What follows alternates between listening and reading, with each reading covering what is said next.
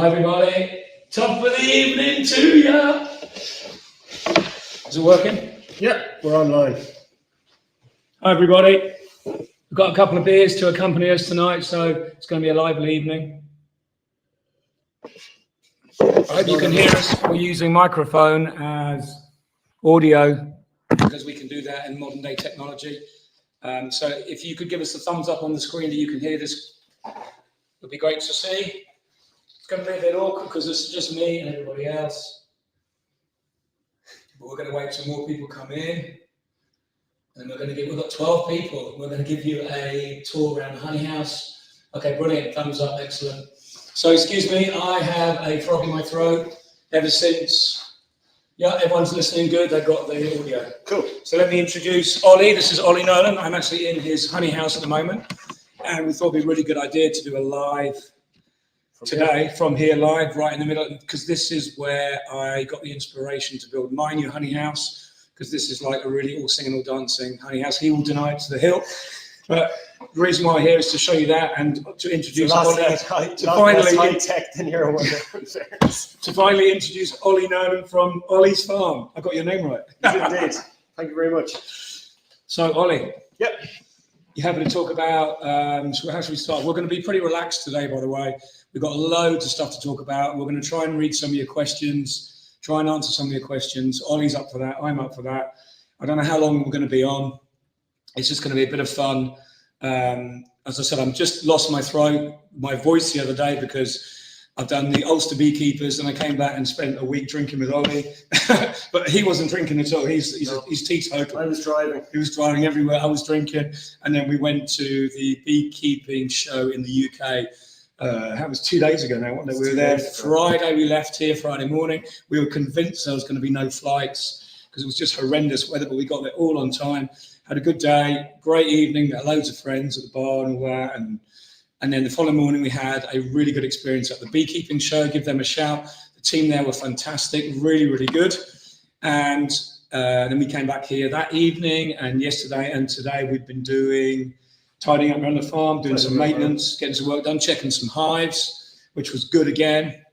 All like the hives in the video that I posted 2 days ago. Yeah. 1 day ago even. 1 day ago. Yeah, they were really good. So, yeah, and my voice might come and go, so I have to just keep lubricating it frequently.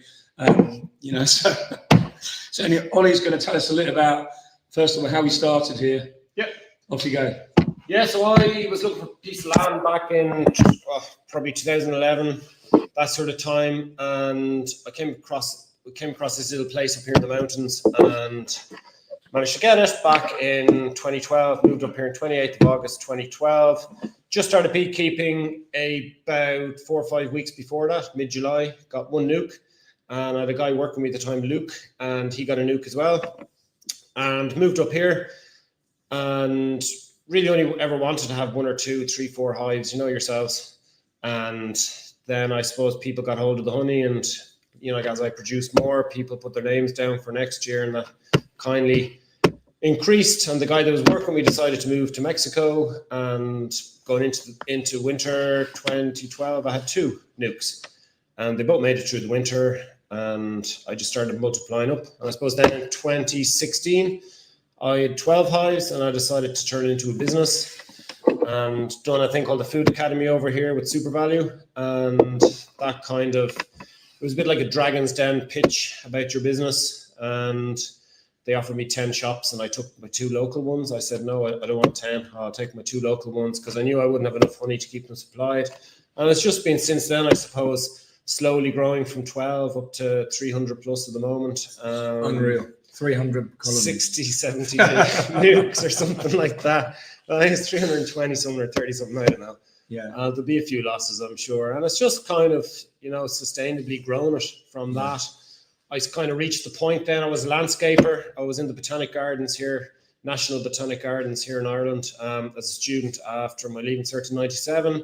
So and you were at Riddle College, weren't you? Yeah, so I've done 3 years in the Botanic Gardens here, worked in some cool places, worked with the Irish president out in her house at the time, Mary McAleese in Arsenukteron and Stephen's Green, done some cool places like that.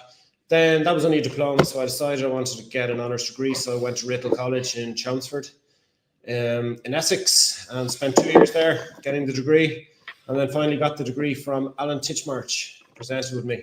So that was pretty cool. The very big man, Alan. Because I used to watch him all the time on Yeah. BBC Two Gardener's World. That's right, yeah. So that was pretty cool. Yeah. And then it was back in 23, I decided, because I tend to procrastinate a lot, I said, I'll go full-time next year, and it never happens. You know, it's just one of these things, you keep kicking the can down the road. Yeah. So I said, when I hit 300, I'm going to go full-time. And I hit 300 in, was it June 23, and just momentarily hit 300. But I gave up all my landscaping jobs then. On the 1st of July, I went full-time. So But I bet there was also other factors that made you go, I'm going to go full-time now, because I've done it. Yeah. Other people have done it. And because you're in the same industry as me. Exactly. You know, landscaping. And I always saw you as being 2 years ahead of me. Yeah, you know? I went to Hadlow College in Kent. I say I'm 2 years behind Ollie in that respect of the way it's gone. And my thing that made me say, I'm going to just go full-time is the fact that you come into apiaries and the bees are in the trees, and you're like, because you had to do other jobs like cut people's grass and trim hedges. You're like, I just can't be doing this anymore. I've either got to give up beekeeping or give up landscaping, and you know which one you're going to give up, don't you? Yeah, landscaping for me. I've been doing it 26 years, and I had a couple of customers that I was working with 26 years. But you know, I kept sort of feeling guilty about doing it. But then I think, you know, you sort of reach a time where you have to just let go and move on.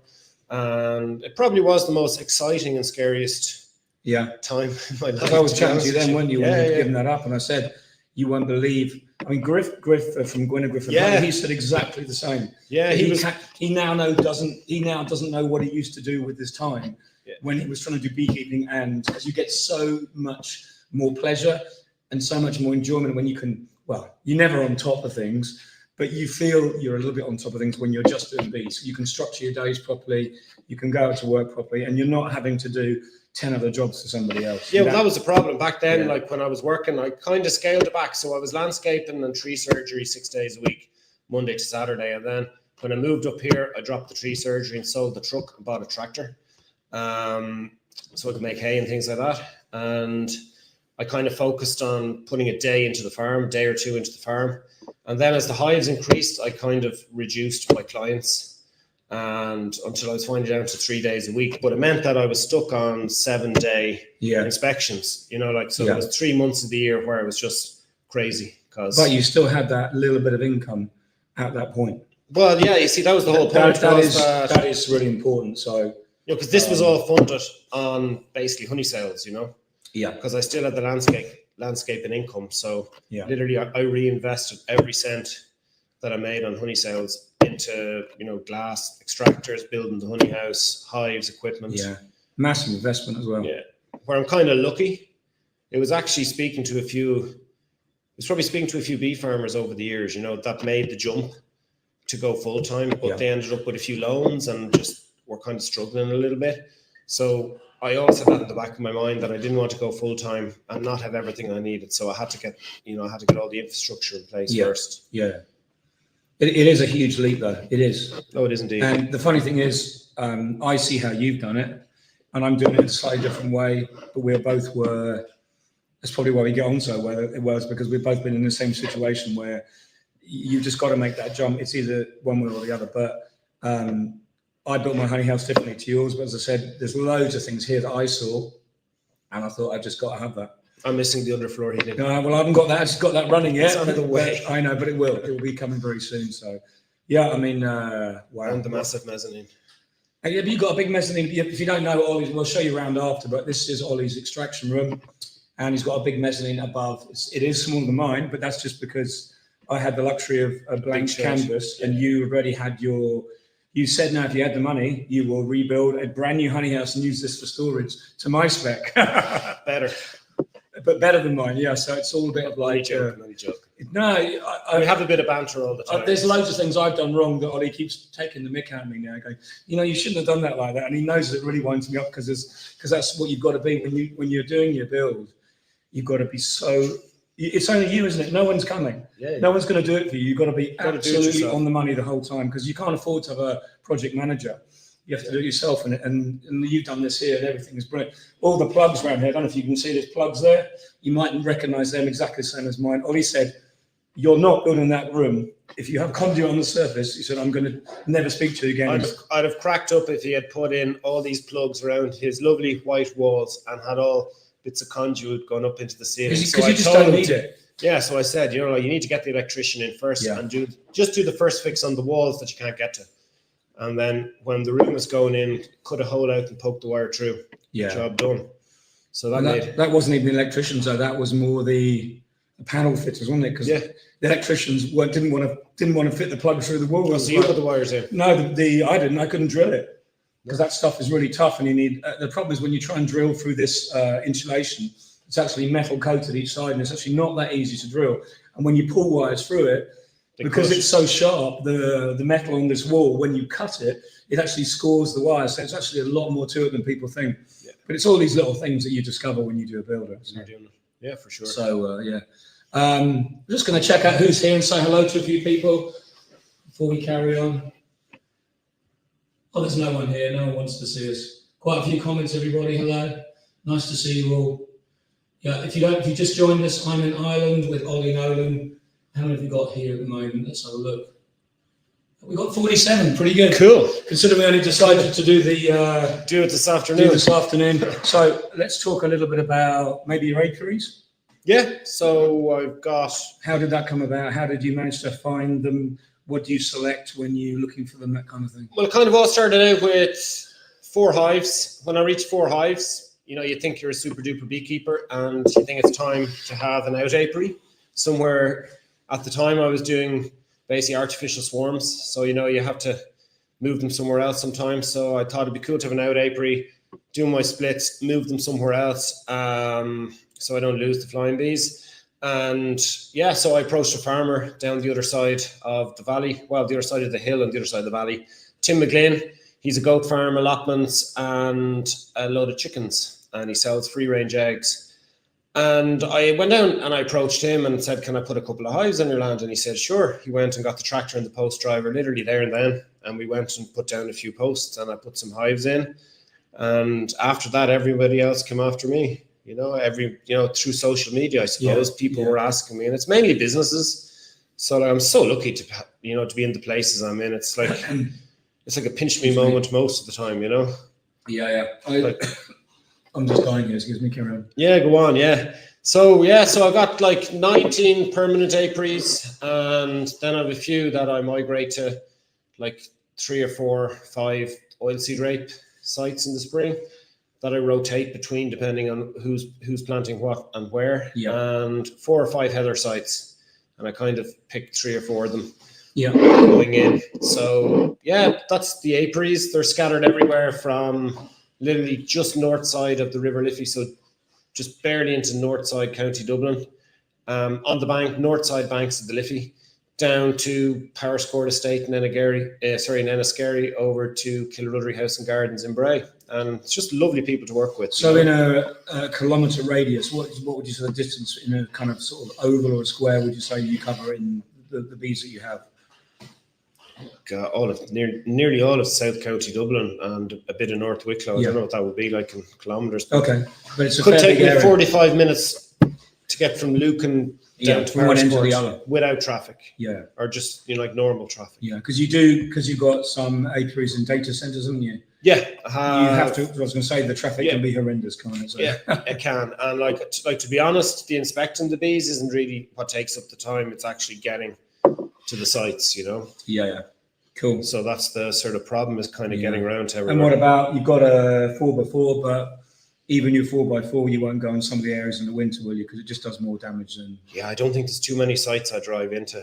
There's a lot of fields I could drive in, like in Kilruddery, I could drive in the gate off the Greystones Road and roll down the field. But like when you get down near the gate, it's very soft, and I don't want to... Where we go down with Kilruddery, weren't we? It's like really soft there. Yeah, we drove up the little track and parked there and walked up, because it was just... Yeah, no, it was only like 100 walked meters. To the fondant. Do you remember that? Yes, you did. I had to go back for the fondant on my own. And there was 3 hives there blown over, yeah, and one with a roof missing. And I was like, oh no, this is 4 dead hives, and they were all fine.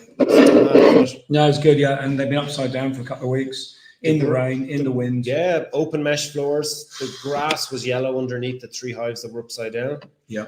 And they all survived. We'll see. Yeah, I think they will, because they had nice clusters like these. And clusters, and they'll have extra fondant. They'll give them that quick catch up, hopefully. Yeah. But we've had some flying days here. Ollie, like me, we've had quite a cold period. What are we now? We're probably for the mid-January till the end and into early February.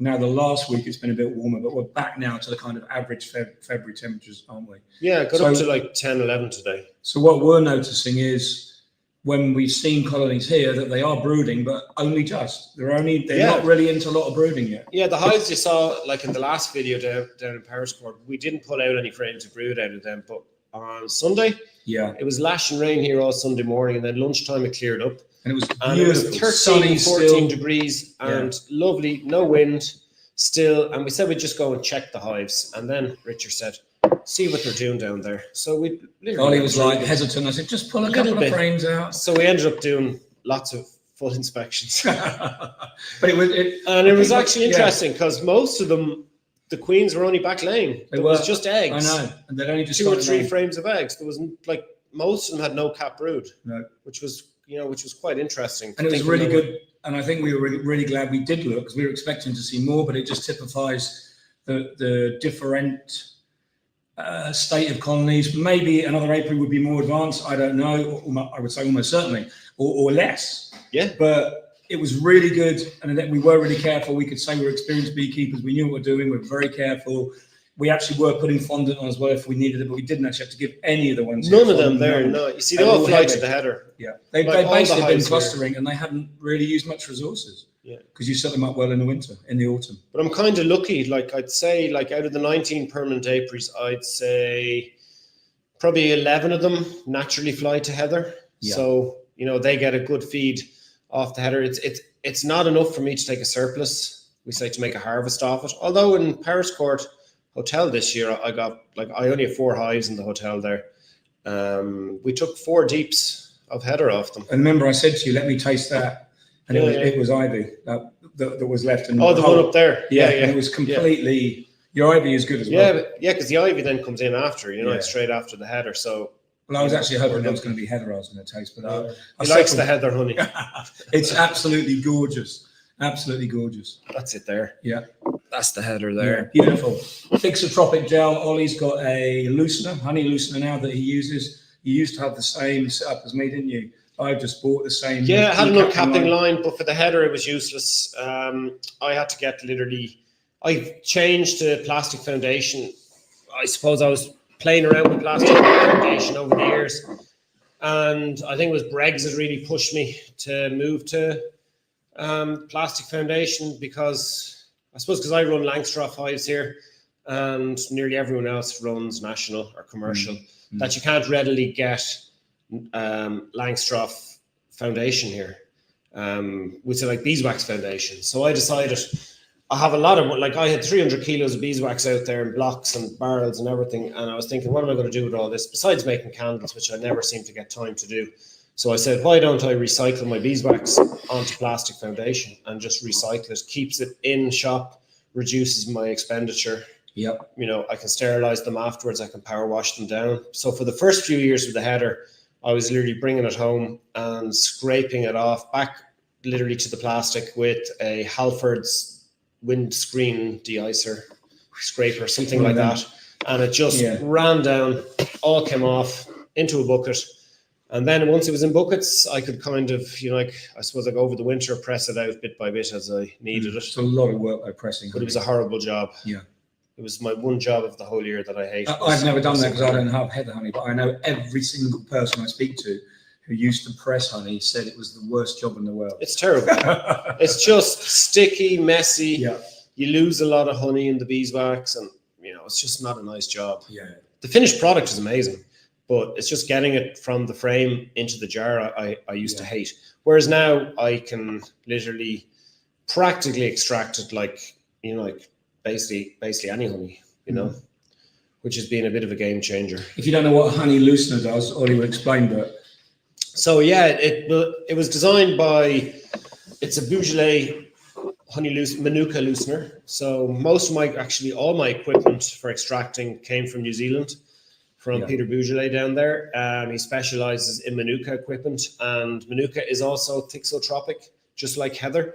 So it's a perfect match. You'll see my extractor over there, and I'll go through how it's kind of done afterwards. But basically it has lots of little nylon needles, and it runs off, is it pneumatic air? Yeah. So it's like off a compressor, and you put in the frame, and the little needles push literally little holes into the cappings of the frame, and it moves down slowly and moves in 4 times. And when you take out the frame, all the cells are punched, and you put it into a swing basket extractor, and it's fully automatic now. The extractor, push the green button, and she'll swing 40 hertz, 40 hertz, 60 hertz, 60 hertz, and it's done. Richard has a bit of a sneeze there. So yeah, so that allows me to extract basically all my honeys. I haven't tried ivy honey in it yet because it's usually rock hard by the time it comes out, but that one has to be scraped out into buckets. So the other thing to mention about heather honey with your loosener is that you don't have much wax now. Yeah, so that's the problem. That is the only downside to a loosener, is no beeswax. Or very little, tiny amount. A 200-liter blue barrel, I would fill with the uncapping machine and the screw press. I probably fill 6, 7, 8 barrels in a year, and the loosener, loosener is like 2 15-kilo buckets, like maybe 1.5 of these pots of stuff, maybe 2, but like that's how much. But there's a great advantage to that in the bees. They say the bees eat 8 kilos of honey to make a kilo of beeswax. So if you're using your capping knives to trim all your frames back every year, and you've got 8 barrels of wax compared to not a fifth of a barrel, it means the bees only have to repair a fifth of a barrel worth of beeswax as opposed to 8 barrels, which means you're really saving a lot of, you're saving a lot of honey. You're saving a lot of honey, and you're also saving a lot of work for the bees for next year. Yeah. Because all they've got to do is just fill it back up and cap it. It's a bit like an open flow. And they do repair them. Like I've noticed when I put the frames, or we say the supers, back on the hives, there is no mess of like beeswax cappings on the floors of the hives or underneath. So it's not like if you'd left the supers out and the bees came and basically robbed them, like you see all the wax cappings like on the base of the box. You don't get that. So they are fairly efficient at reusing and remodeling that beeswax, I think. And I think your yields must increase slightly because of that. And it's less work and everybody's happy. To me, it's a no-brainer. There's another one. As my throat is so bad, I suppose I better have another one. Homemade cider. Yeah. Made on the farm here. Delicious. Made from the apples on the farm. Good for the vitamin C, that's what I say. Keeps the colds away. And there's a nice carbonation to it as well. Look at that. Ollys Farm cider. Coming to a shop near tasting you in the future. Live tasting. Cheers. Cheers. Very nice. Nice bell, I can speak now. Yeah? Yeah. Good. So, we talked about the honey, the apiaries. The background. Should we talk a little bit about some of your equipment here you've got? Your favorite equipment? Yeah. We're going to move the camera around a bit in a minute, but so you're saying you've got the Peter Beaujolais swing basket extractor. Yes, so I suppose I started off with my local County Dublin Beekeepers Association 2-frame manual extractor, as most people do when they start out. Yeah. And I remember extracting my few frames of honey in the polytunnel because it was warm and the honey came out a bit easier. Yeah. 2 frames at a time. I think it was a 4-frame extractor, but because I was on Langstroth, it only let me do 2. Okay. But anyway, I remember it was only 2 that I could extract at a time, and that took time. I used to use an uncapping fork to uncap every frame.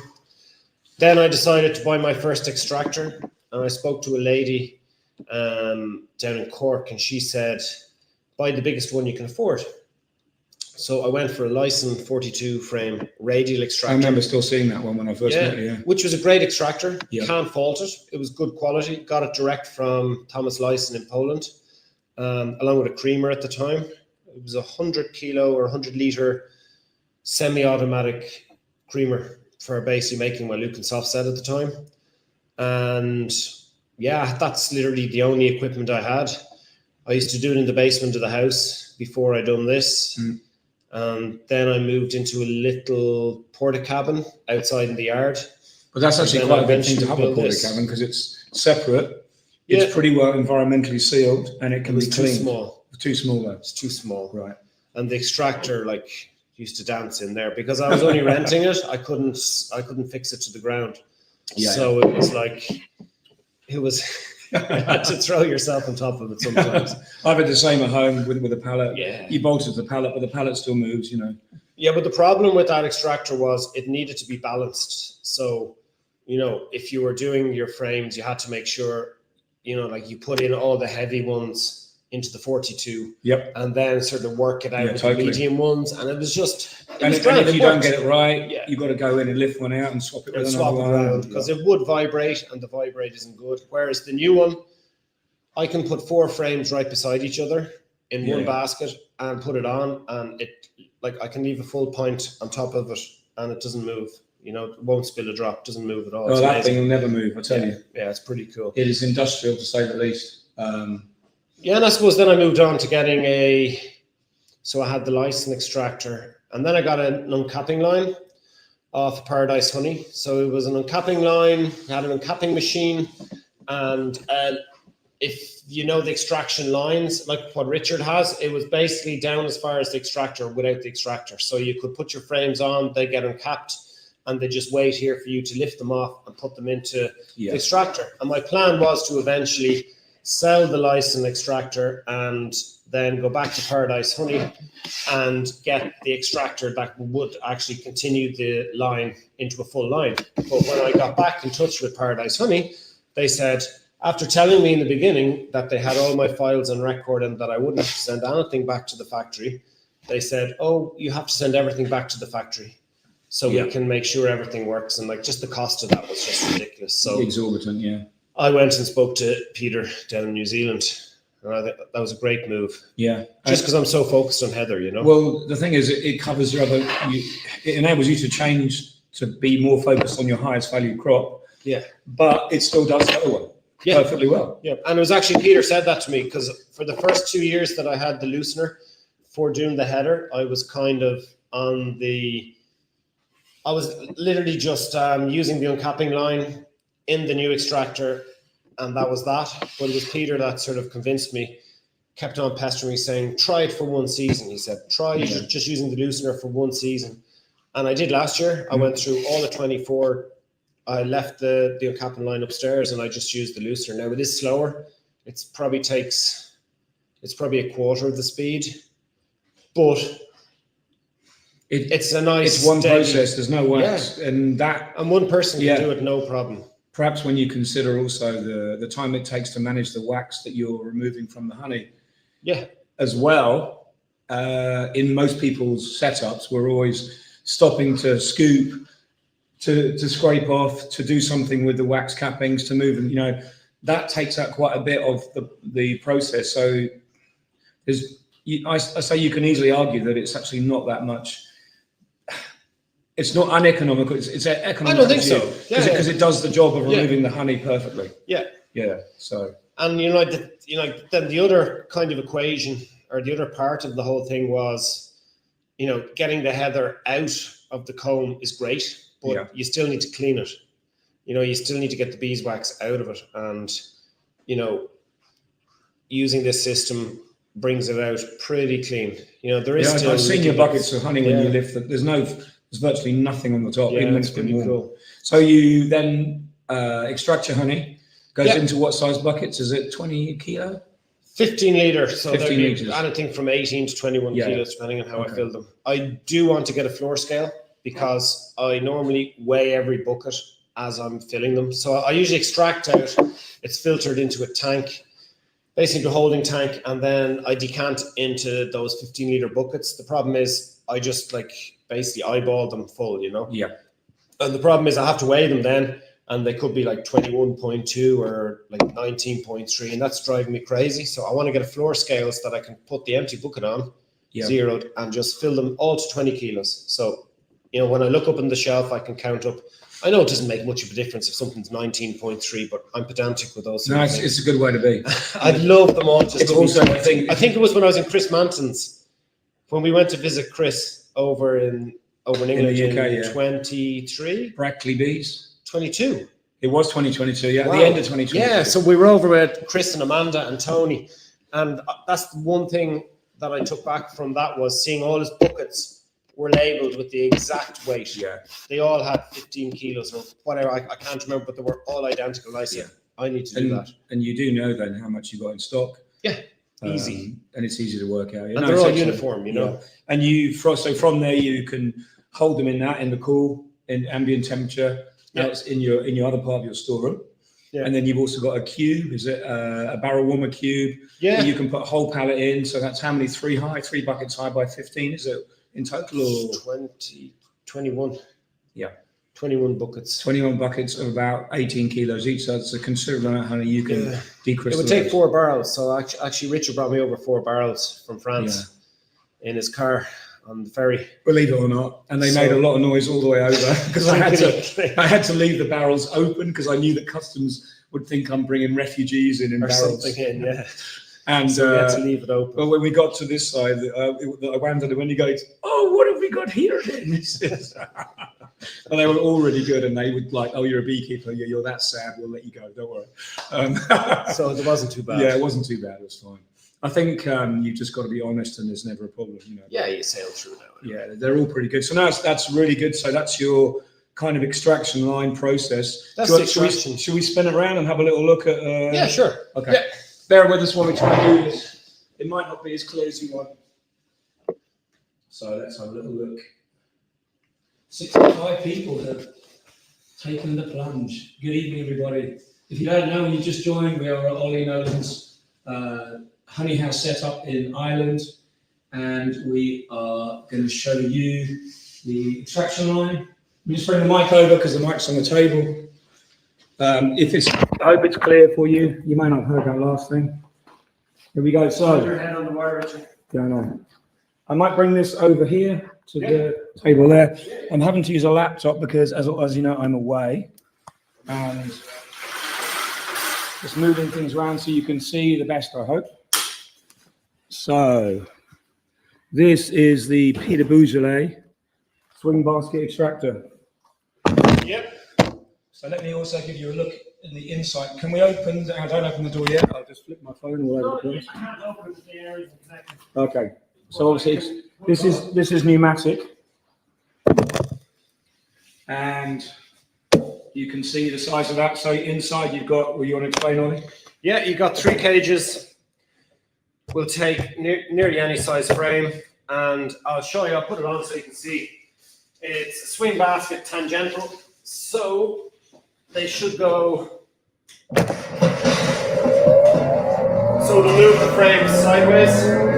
So as the old extractor was basically radial, this is tangential. So it'll swing from either side. Have vibration. Nice. So the honey is extracted, rolls down the walls, and then comes out here into the floor tank. This is a floor tank that I got made here with a local stainless steel fabricator down in Tala. So I would call that a sump, but yeah, floor tank's the same. Sump, yeah. So I've kind of future-proofed it in case I want to get a second extractor in the future. I have a second connection here. That's if I get notions of getting really big. I might get a second one of these. So that's to attach on here. And this was where my uncapping line used to attach into. So the honey out of the screw press would flow in here. So then the honey comes. It's just it should flip around, shouldn't it? Yeah, that's just flip around. Really cool.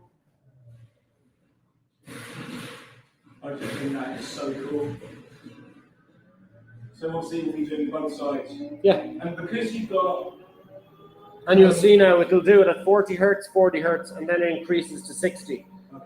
So it should have most of the honey out, and then it goes like super fast. If you had just comb, would a lot of it burst in the first term before it spun or not? Yeah. It would have done. It would have Yeah. frames apart. All my frames, especially the deep frames that would have been beeswax foundation, they would blow out in that. And also, myself and Richard, and I've also spoke to other beekeepers about this, that, you know, I know Richard's a fan of basically starting off a new super on 10 frames, and then when the bees build it out, he reduces them down to 9 or 8 frames. So, you know, he gets more honey into less frames, less work to extract.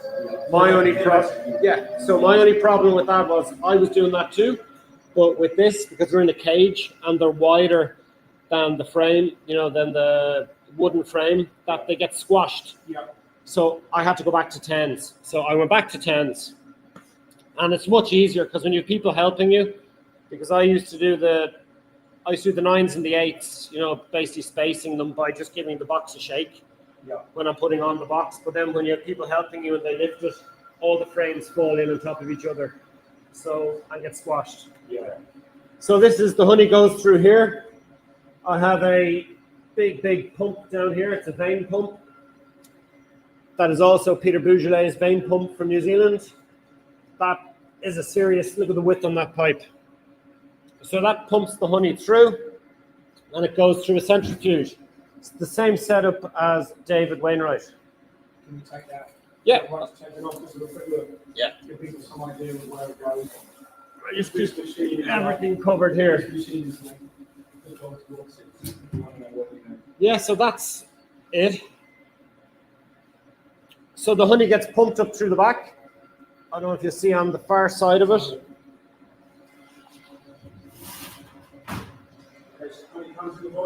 Yeah, it comes in through the pump, gets pumped up here, through the centrifuge. In here is a big drum. It's spinning at 60 hertz.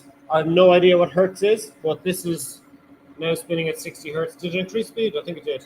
Yeah. So that's at 60 hertz now. This spins at 60 hertz. If there's anyone out there that knows what hertz is and speeds or rotations, I'd love to know because I've never looked it up. But there's a big massive drum in here. The honey gets pumped into the drum while it's spinning, and through the force of it spinning, and honey and beeswax are two different densities. Yeah. They separate, and the beeswax floats on the circumference of the drum, and then the honey gets pushed out. And I think basically the beeswax becomes a filter for the honey, and then the honey comes out over this side if you come around. Yeah. So over this side you have 2 taps. The reason is when you start it up, you recycle the honey back into the tank. So it's just being recycled over and over again. And when you see the honey coming out clean, you open this one and you close this one. And then the honey comes out into your barrel that I usually have here. Yeah, and it's clean. And that's it. And it's clean, yeah. Yeah, especially as we're using the opener, the loosener, sorry. Yeah. And then you have virtually nothing else in there. So it's really exactly, yeah. done. Yeah, it comes out like that. So when you, as I said, when you work out before the benefits of using the loosener, there's so many benefits after you put it through the machine. Oh, for sure. In terms of the frames, in terms of the cleanliness of the honey, it's really, it might be a little bit slower to do, but I think that's a very good. I think it makes sense. It's a really good trade-off. Yeah. Trade-off. So, Ollie, right behind you. Behind me is my pollen dryer. So I have the exact same machine, but I will just say that mine actually has the right color handle. I have to mention this because Ollie and I have had this ongoing. This handle is driving me crazy. Richard got his from Connigan, and it has a nice stainless steel looking. Now you had the bespoke, the same matching handle. Whereas this one is driving me crazy because it's white. So I need to find a stainless. Yeah, it's a big joke we had because it's not stainless. Everything else is stainless. So yeah, this is, I forget how many drawers of pollen. So I have my pollen trays down here. So I harvest the pollen. The pollen goes in here onto these trays and they go in here and it dehydrates them over the course. Yeah, I'll stop it over there. We're just going to stop the machine. It's going flat out here.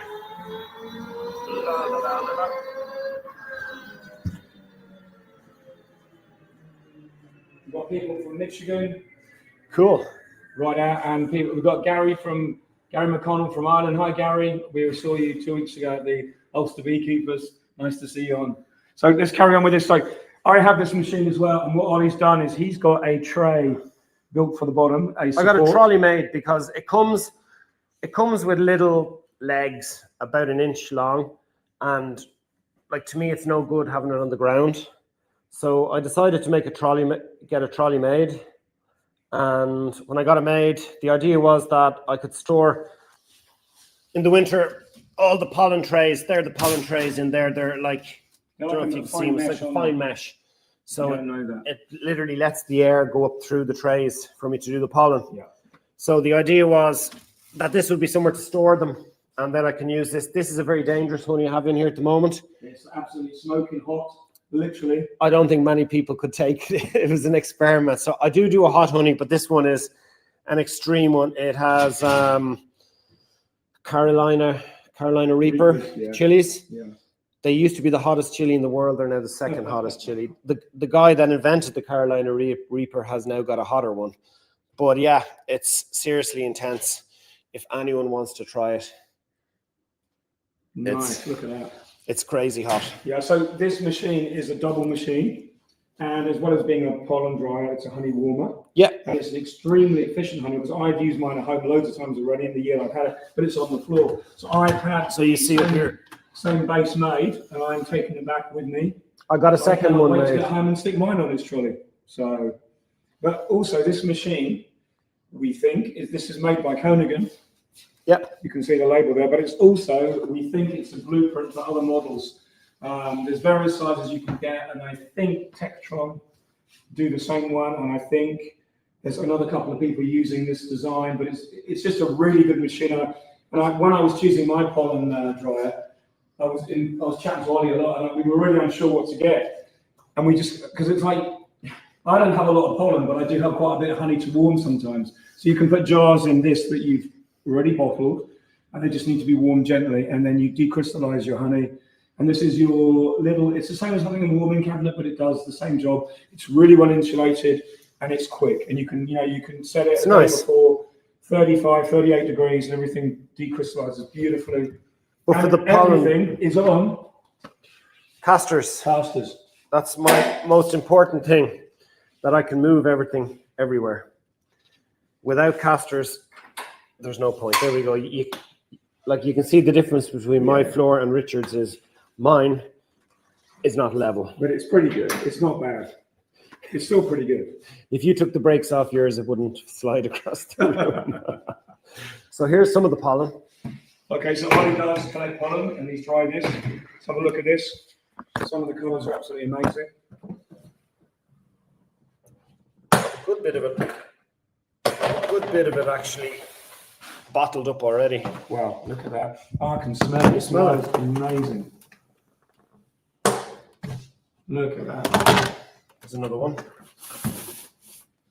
Beautifully dry. See the different colours. Yeah. That was summer. Wow, and it's actually paler. Look at that. Have you any idea what the majority is in this one? I'd have thought that was bramble. Bramble, right. Yeah. That was later in the year. Okay. That's some of the pollen. That's beautiful. Honestly, the smell is just like... My mum helps me with the pollen. She's the pollen lady. Right. So when you use your pollen traps on your Langcroft, you have underfloor pollen. Yeah, pollen traps are from Honeypot. Yeah. In Finland. Okay. And they go into the floor of a Honeypot floor. Well, that's quite poetic. It's rhyming. Yeah. The only problem with them traps, they're amazing. They keep the pollen like a lot drier than if it was in. Most pollen traps are attached to the front of the hive. The one in the floor is great, but you do get a bit more hive debris because it's collected straight underneath. You all right? Yeah, sorry. Yeah. No, Grant. No, so the pollen, because I'm going to use those ones I'm going to try some of those ones you've got, because I think the underfloor pollen traps are so much better. because you don't have to be there every day to empty them. Yeah. And okay, if they get full, it's not good, but you don't get wet pollen. But they do fill sometimes. On a good day, they'll be full. Ollie's, he's shown me videos sometimes, haven't you, of the pollen traps in crazy. one day. And they're literally, he's come out with like a bucket. He's sold loads already. If you don't know, you can buy this online, yes? Yeah. So you can log on to Ollys Farm, the website, you can buy this online. Beautiful pollen. Little jar of pollen. Really nice. It's very popular. Yeah, it's good. Yeah, people do love it, and I love it. I've got fresh pollen at home. I trap a bit myself. Good for the health. So, products from the hive. What else do you do? Pollen. Pollen. Honey. Honey. Some cut comb. I've played around with Ross rounds, and everyone says the bees love them because they're round, as opposed to square. Bees don't like square things; they like round things. But I think I'm too late getting them on, or so I got some sections. Self and a friend Bernard made up some sections there. Yeah, crates that'll take national frames, national cut comb sections in a Langstroth box, which is exciting to try next year. Yeah. I think they'll probably draw them up really well. But getting back to the products, so like I suppose I have three main. You do propolis? Yeah, I do propolis. Yeah, it's in a tincture. Yeah, it's a propolis tincture. I collect the propolis. We took the pollen traps off yesterday, didn't we? Yeah, not the pollen traps, the propolis traps. The propolis traps, yes. We took the propolis traps off yesterday, but I do run the pollen traps for the whole summer. Yeah, I know. Yeah, but so I do. I suppose the header honey is my favorite honey, probably out of them. Then I do 2 soft sets. I have 2 places. Lucan does a lot of soft set, and Kilrudry down at Bray every second year do a bit of spring rape. And then I do, I've got the hot honey now. Yeah, that's delicious, that. 2 gold stars and the Great Taste in the UK. And I have a spring and a summer from every apiary. That's how I... Yeah, because you've got my USP. A lot of labels, haven't you? Boxes of labels, So what Ollie does is he actually manages to separate all his apiaries out and keep all the honey separate from spring and summer, and then the heather. But the heather majority is from 1 or 2 places, or not? It's within the same area, really. So do you call that the same? No, you do kind of. Yeah, I have a Wicklow. Okay, yeah, I have a Wicklow and a Dublin one. So you need another 3 labels, just 3 labels, just for the heather. I haven't got it here actually. The Kilrudry one. Yeah, that's what I was getting at. But you still do manage to keep some separate. So what I do is when I harvest all my honey using clearing boards. So I go out and I lift off the supers. I put on a clearing board. And I put the supers back, and I come back in 2 days, and there's no bees. Pros and cons, spring and summer. What do you think? As in clearing boards. I use them all year round. Everything. This is really great. Even for oilseed rape. This is great, you see, because but I need to be on the ball. Yeah. With oilseed rape. We've discussed this like so much. And it's like, why aren't you using clearing boards in the spring? Because for us, when we harvest in the spring, we can use a leaf blower, but you need a good leaf blower and you need to work quick. But there's no robbing. Whereas if we tried to do the same thing in the summer, it would be an absolute disaster. There would be with a blower. Yeah, I don't like. You need like 4 blokes in an apiary to come in and out and be gone within half an hour. That's the problem. But could you not harvest your oilseed rape? Because your spring honey is predominantly oilseed rape. Could you not just clear 1 apiary at a time and bring it home and extract it? You could do.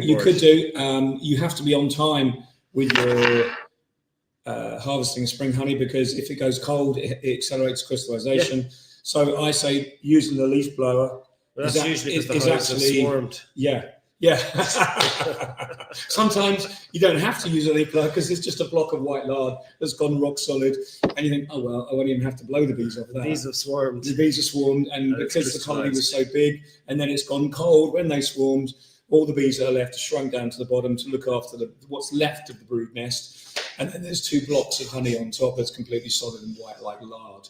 So it's not, that's rare. It does happen. Yeah. It's when you're not organised. But I have to put my supers on and the clock ticks. And they all have to be off in 5 weeks. Yeah. Regardless of whether all the crop has finished. So I could put another super on if the one wasn't full and risk that and harvest that. But your warm room should be able to sort that out. The thing with the warming room is what I'm gathering is it's not going to decrystallize honey as such. It's going to hold it well. It'll hold it. It'll hold it well brilliantly. But if you use clearing boards to pull it all and bring it home. Yeah, then that'll be fine. Yeah. I think where I've made mistakes in the past is timing. And I think we all get, or I speak for myself, I get so exhausted and tired doing that headless chicken thing that you think, no, it's all right. I only remember putting the supers on last week, 5 weeks ago, and you forget the time. You don't write it down. You just have to be methodical in what you do and when. And then you've got a realistic chance. 2022, when it was so warm, the reason why we did so well is it wasn't because we had such a great crop, it's because the weather was really warm and calm at harvest time as well. So nothing crystallized, and we had a huge crop. And it was just amazing. But we paid for it the rest of the year because we had bad Asian hornets and a terrible summer crop because of the dearth. But it's really interesting to learn from those examples. And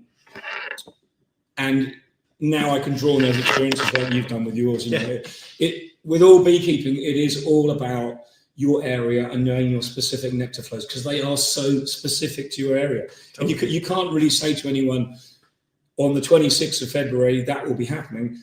It might well be happening in your area, but it might not be happening in someone else's. Because and it changes every year. It does, and it changes every year. You know, it's really interesting. So, but I do have some dates that I have to stick to. I mean, for us as well, when I'm caging my queens, I know that after the first week of July, the dearth will start, and I've done it every year for 14 years. And I always think it's going to be late this year. It's going to be late this year, and it's not. It starts on them or thereabouts, a few days. Yeah, it's incredible. Cheers. Cheers. Terrible cider here, by the way. If you just joined us, we're in Ollys Farm, Ollie's honey house. This is where I modelled my honey house when I first came. I came in, I think it was late winter 2022, and then Ollie came to visit October 22, didn't you? I think it was spring 22, was it? Yeah, it was. Yeah. Spring 22. Yeah. When you came. It was very early spring. Yeah, very early. Still snow out here. Yeah, there was snow here. Then I came to visit you in October. We went to the Camper Bee Expo, which was good fun actually. One of that one. And then Ollie spent time swatting Asian hornets in the worst year ever. So and then we went on a road trip. Yeah, I know. Then we went to Chris and Tony Manson's. We went to Griffin and Harrod first. Yeah, Griff and Harrod in Gwyn and Griffith Honey in Wales. We went to Daniel and Tristan and BS Honey. Yeah, BS Honeybees. That was great because they were just literally, we turned up and they're like, what are you doing here? And they're like, just like the shed had gone. We called into Maysmore and they didn't want anything to do with us. No, so it was just like a waste of time. Workshop. Waste of time. Yeah, it was a good road trip that we saw a lot, didn't we? And then we stayed with Chris and Amanda and Tony. Yeah. So that was a nice little trip. Yeah, we learned a lot from there, didn't we? Because they were a really, really interesting setup to see, a completely separate setup, but very different in many ways because they make a lot of woodware in the spare time. They have full-time employees who actually look after hives for the business, and they're allocated their own hives, which was really interesting to us because we've never seen. Very interesting to see. Because I don't have any employees. Ollie doesn't have any employees. We might use someone part-time in the summer when we're busy, but we built our business around the model of you've got plenty of work to do, you can sell all this kind of thing, and if you have your bees, you manage about 300 colonies, which you should be able to do if you manage them correctly, then you can have a living from that. So one of the ways that Ollie manages his bees correctly is by doing vertical splits. Yeah, vertical splits. I mean, because I was working, I suppose, them 3 days a week with a lot of hives, I was kind of trying to figure out a way. And I spoke to some other friends about this. And, I know Bob Binney calls this a double mesh screen board. Talking about Bob Binney, we forgot to bring down the honey. I'll run and get it in a minute. It's locked. I'll run up and get it. But so I think Bob Binney calls them a double screen mesh board. Murray McGregor calls them a flight board, I think, in one of the articles I read online. So yeah, it's literally you've got the double screen mesh where the bees can't touch, but they can descent. If I tilt that, you can see it's more than about. So it's 3/4 inch marine ply. Yeah. With a 3/4 inch shim around the edge. I never does anything by half, and I'm going to actually go into production of these myself from my size hives because I need. It was a friend of mine made these for me. Yeah. But they're very simple. I'm useless at woodwork. But these are very simple, but they're robust. It's very simple, but yeah. And you've sealed them in varnish. You can actually pressure wash these if they get too. Yeah. This side has actually got quite gunter.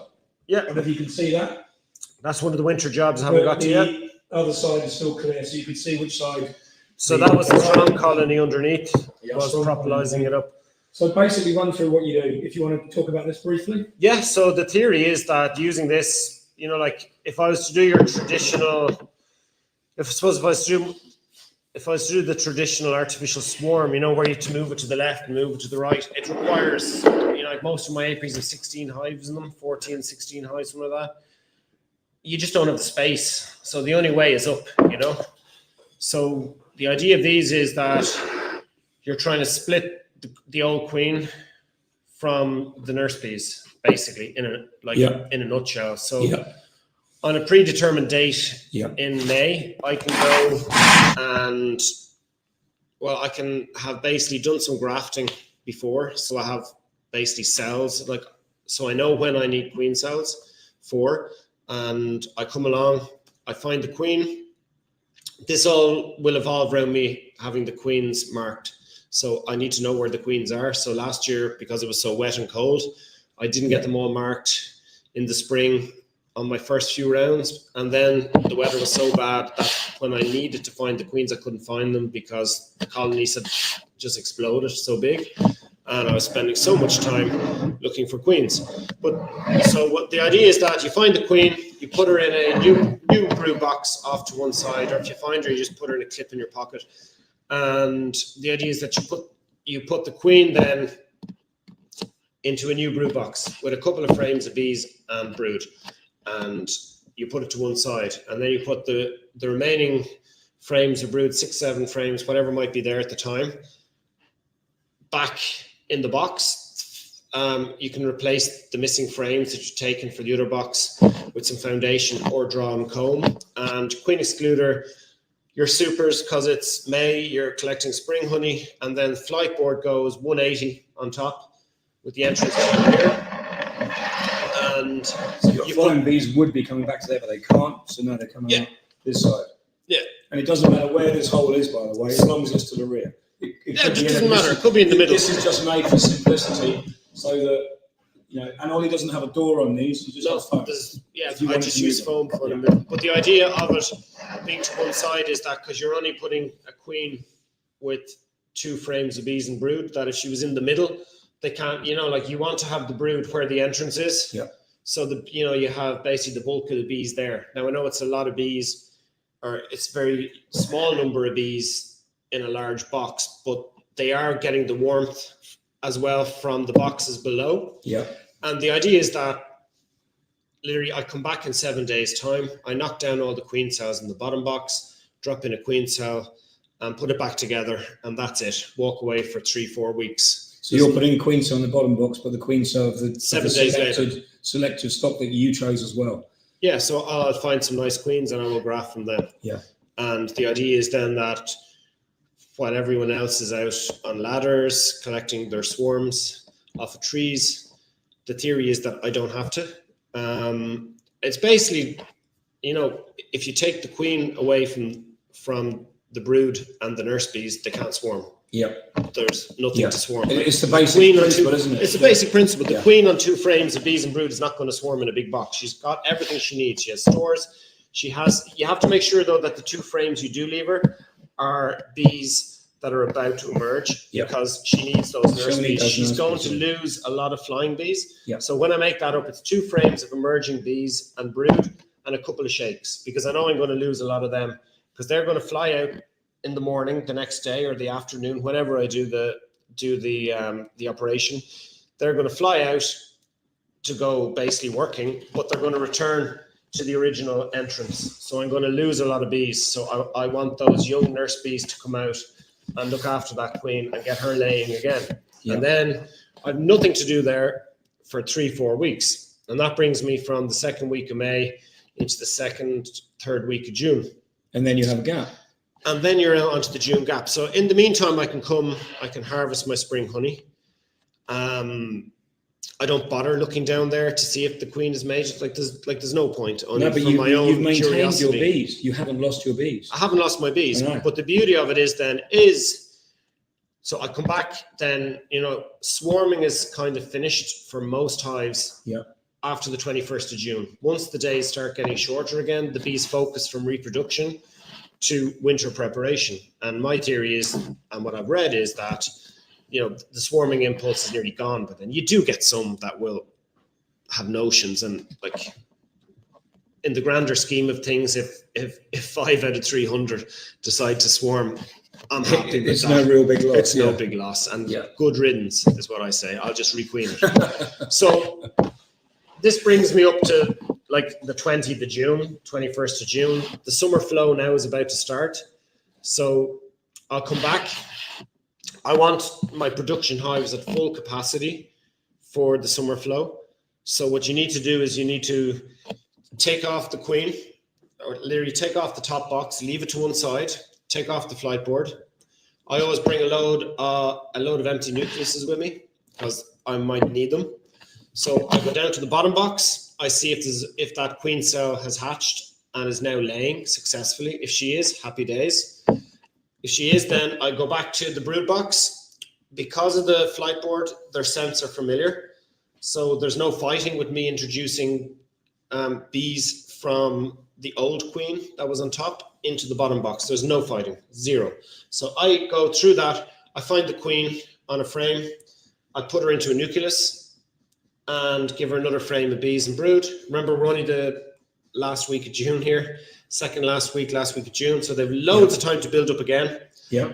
And that gives me a nucleus. And the whole idea is this is my insurance. This queen on top is my insurance. So if I come back and I find the queen has failed, I just literally take out the flight board and invert the boxes.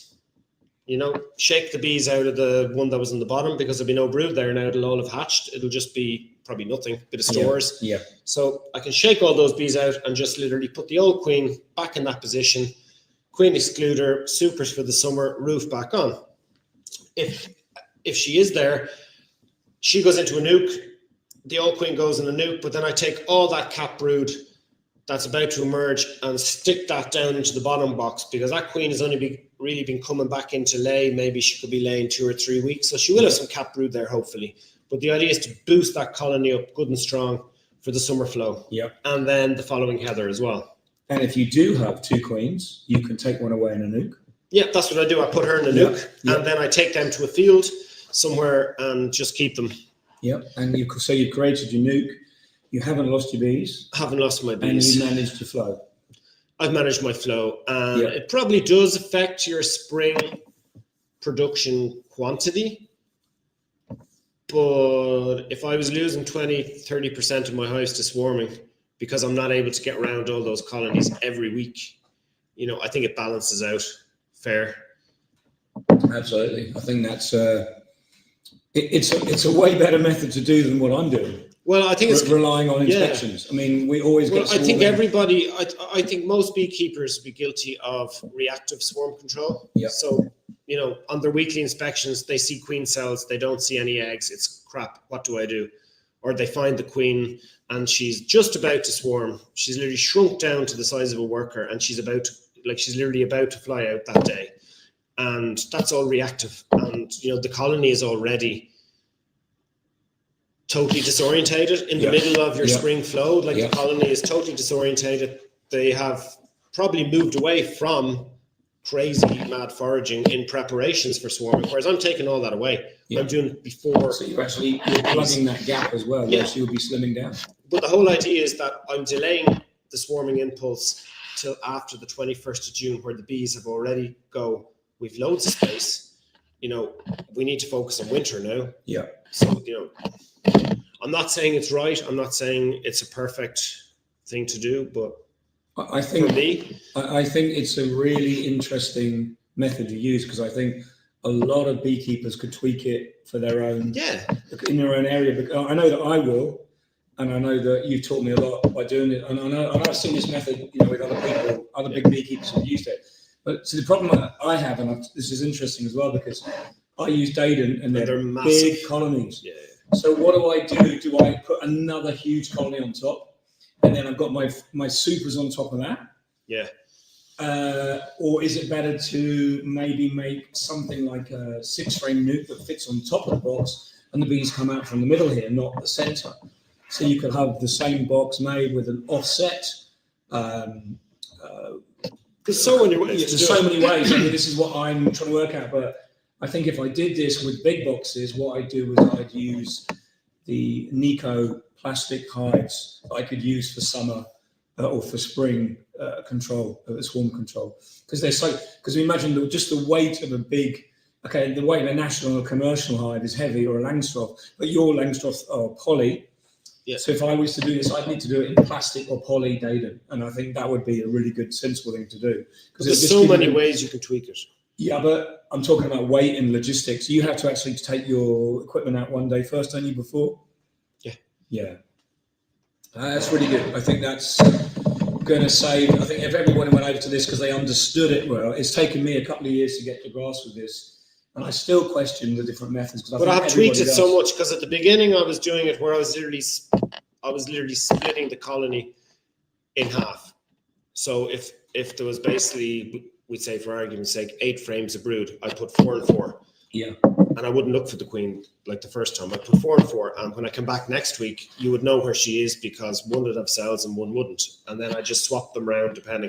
The problem was that the queen on top with half a hive got big too quick. Yeah. And I remember could have been 22 where I was doing it. I think it was 22. I had to put queen excluders and supers on the flight board, or on top. Yeah. So I had these towers of hives that I couldn't get up to, and I was lifting Langstroth deeps up on top. It was just crazy. And the problem as well as for me is logistically, it's a lot of material you need, but you need extra because you're using extra, if you know what I mean. And that means more of one thing. Yeah, you do need more boxes. But it's not just that. I am guilty of having apiaries that don't have exactly aligned hives perfectly level, which I'm working on to get right. But if you imagine stacking those boxes up, there's some leaning ones that shouldn't be leaning. And that's the problem as well. You've got to be the prep has to be perfect. Yeah. They're tall boxes, and we all know what happens when you have a great flow. You've suddenly got this box. And I had a couple of the buckwheat last year. They were just monsters, and I couldn't understand why. I had 2 or 3 monsters, and the rest was very iffy and actually mediocre. Yet the ones that were monsters just brought 6 supers of honey, and I couldn't even lift the top box on. It was tremendous. Yeah. And it just shows you what you can do, when you get it all right. Oh, when you get it right. When you get it right, it's really good. But I think. But it's a learning process. It is, and I think if people like me could just focus more on learning how to keep the bees in boxes. The rest, it's a bit like Randy Oliver when he says about mites and all the other things that go with mites. If you just focus on your mite control, the rest of beekeeping will actually be a lot easier for you because you will have little low mite levels. But something else I've learned, and I was chatting to someone about it today, mites are a 2-year cycle. And if you get a really high year of mite levels, it's the following year before you even begin to recover from your mite problems. Because those viruses are there. There's so many things like that in beekeeping. It's really interesting. But I think that method, the best thing of all is not losing your bees in the spring and summer. Yeah. And also, don't forget, I was going to say, we would do this, it's like mid-April now to mid-May, because come the end of May, or flow is finished, or mid-May, and it's a mid-May to mid-June gap now we have, and it's getting earlier every year, but this year might be the first year it could be on time. It comes back, Could come back. And then we've got the summer flow, and if I've got my bees for the summer flow, it could be a spectacular summer flow for the first time in years. So I'm going to be making these when I get home. They're very simple to make. I'd say try it in 1 apiary this year and see how it goes. I think I will do 2 apiaries if I can I can get organised in time. It's a huge amount of work to do. Yeah. No, because I love experimenting, and I feel I have the number of hives now that I can literally play around with 1 or 2 apiaries, and it's not a big deal if things don't work. So it's always nice to try new things. Yeah. So when you've got we talked about before about getting your honey to the rewarming stage, how do you bottle your honey? Can we have a look at the bottling machine? I bottle the honey here. So I suppose it's going back to day 1, isn't it? It is.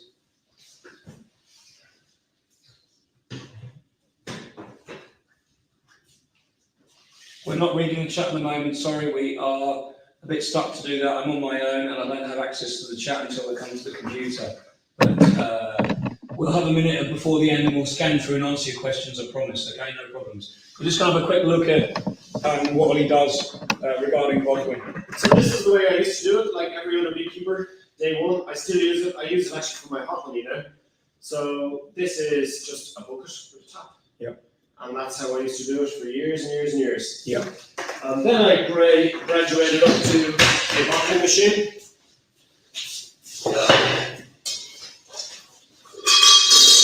I've got a squeegee bottling machine here that used to have a funnel, and I pour the bucket of honey in here, and I would bottle them. You just feed them jars, and it fills them.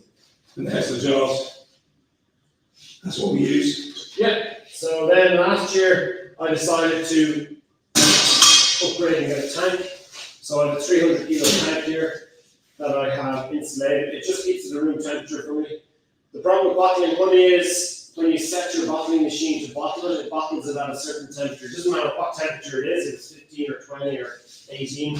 It's just, if you set it to bottle at, for example, 20 degrees, and it will be fine to the ground. But then the thing is, when by the time you pour the honey into the bucket at room temperature, it might cool down by 2 degrees. It starts getting thicker, and then you get less in the jars. So it's something to just be careful of. So that's why I got this tank. It's a Koenigen tank, and I've connected a pipe to it. So it's also warmed as well as tank double skin. It is double walled, so it's full of water, and then I put this insulation on it just to help with the electricity bill.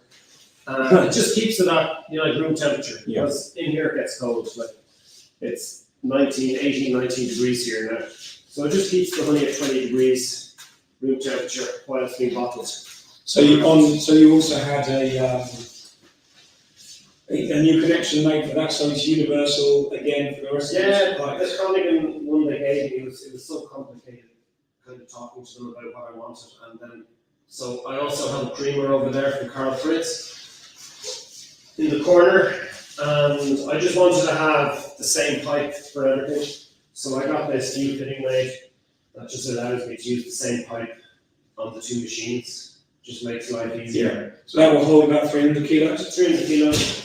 Brilliant. And it's on wheels as well? It's on casters. Like everything else in here? It didn't come on casters. No, you had to get them. I got these little stainless plates made for it, and there's a local guy down the road that is massive on casters. So, yeah. I think he supplies all of Europe with casters. Wow. We're actually going to go out there tomorrow because I'm already get some on me. You want some casters, yeah. You might be wondering what this machine here is. It's a funky little machine. It's actually a fermenter. So during COVID, I had these guys come up to me that were buying honey in jars, and then we're buying them in little 1.5 kilo tubs that I do. They make their own mead, and now they're deciding to launch a product, and it's pretty exciting. So this is their machine. They haven't used it yet. Well, it's going to allow them to ferment and blow out the yeast from the bottom, and then I think literally put in cans. So they'll be going into cans, 330 ml cans, 5%. So you make some mead yourself, don't you? I've been playing around. Yeah, lots of cider. So he's got all his awards here. First of all, some of his mead. That's all the cider he makes. There's loads of it in kegs, which we're drinking today. Just look at these awards. That's something to be proud of, if ever there was, to tell you. Absolutely fantastic. And I'll tell you what, he deserves every bit of it. Oh, thanks a minute. Most awarded honey. Yeah, the most awarded honey in Ireland. Yeah, pretty good. So tell us a little bit about your mead you make then. Yeah, so we played around with mead. It's kind of just as a hobby. I haven't been very good at it yet. I haven't got it to taste. I have made wine from my own grapes in the polytunnel. Yeah, it's pretty good. This is some of this year's cider. So it's nice and clear. It's fermented out well. This is going to be a nice cider for any Canadians online there. I was at an award ceremony. They were using my honey on the cheese board, and it was being served with this Kilahora ice cider, and it was just the most amazing thing. It was like a dessert wine, maybe 12-13%, but it was made on apples. And on the way home, I decided I had bottles and bottles of apple juice, because I press about 200-300 liters of apple juice here, and I have them in 1 litre bottles. And I came home and I put 21 litres into a bucket and froze it, defrosted it, defrosted, managed to get it down to 4.5 litres. And this is stuck at, like, it's kind of finished fermenting, but I need to get it re-fermenting when I get time. It's kind of stuck at 100 for the brewers out there that might know that. And it's just loads of different ciders. That's all cider. These two are an apple single variety Katie, or Katja, I think it is, from Scandinavia. So yeah, interesting. Excellent. Just hobbies. So we're going to have a little look at some of the questions. If you've given us any questions, so bear with us, we'll be a bit close at the moment. Let's just make sure my computer battery doesn't run out. Oh, before I fall over. You are on red. Yeah, are we on red now? Oh no, you're not. You're full, actually. So let's just scroll up.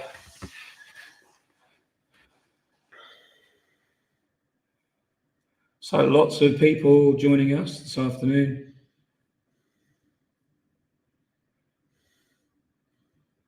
If anyone's got any questions they want to add, we will get to them. There's one there. Okay. What's that?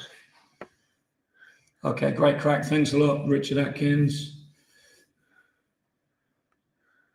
Let's have a look. Steve in New York.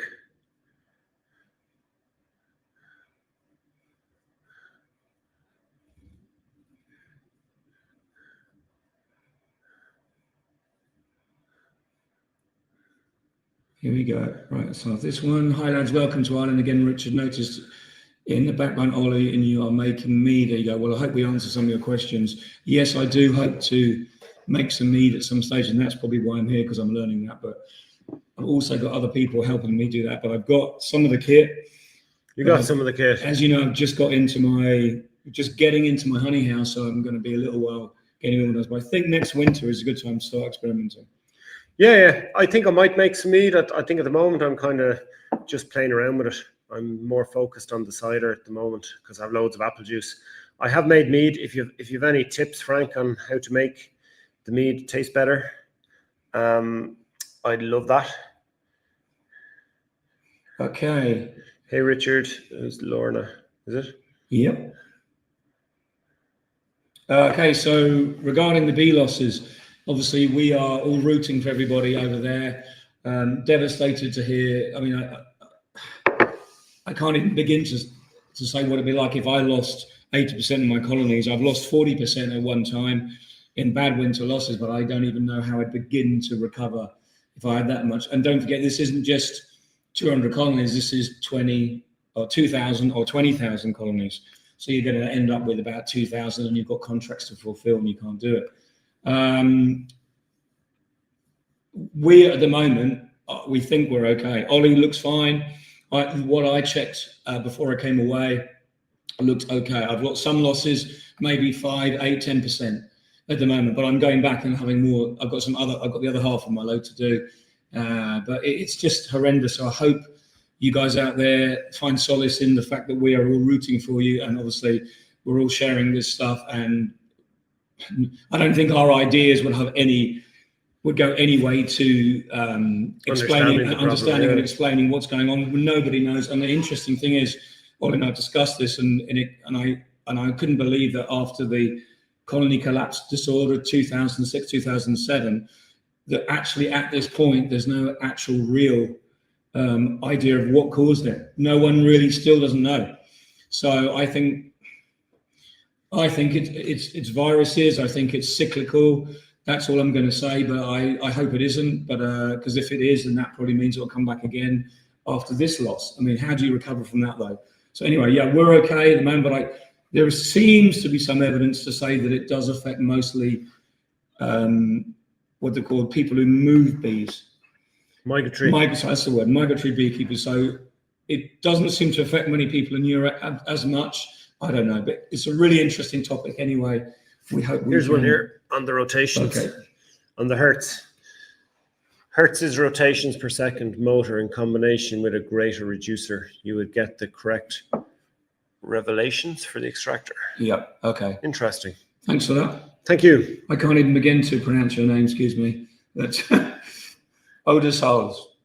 Thank you. So I'll look further down here. Just grow them in a, what was that? Just grow them in a 5.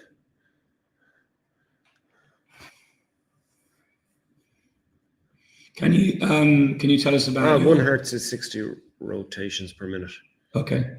That's Keith Rolson. Okay, Keith. Thanks, Keith. Thanks, Keith. So amazing setup. Can you tell us more about your MHA and the hot honey? Is it just chili flakes? No, that would be the secret to give the recipe away, wouldn't it? Not giving the secret away, but yeah, it is. You're just going to have to get someone to try it. This is it here. 2 gold stars and the great taste. It's basically chili flakes. You can see them there.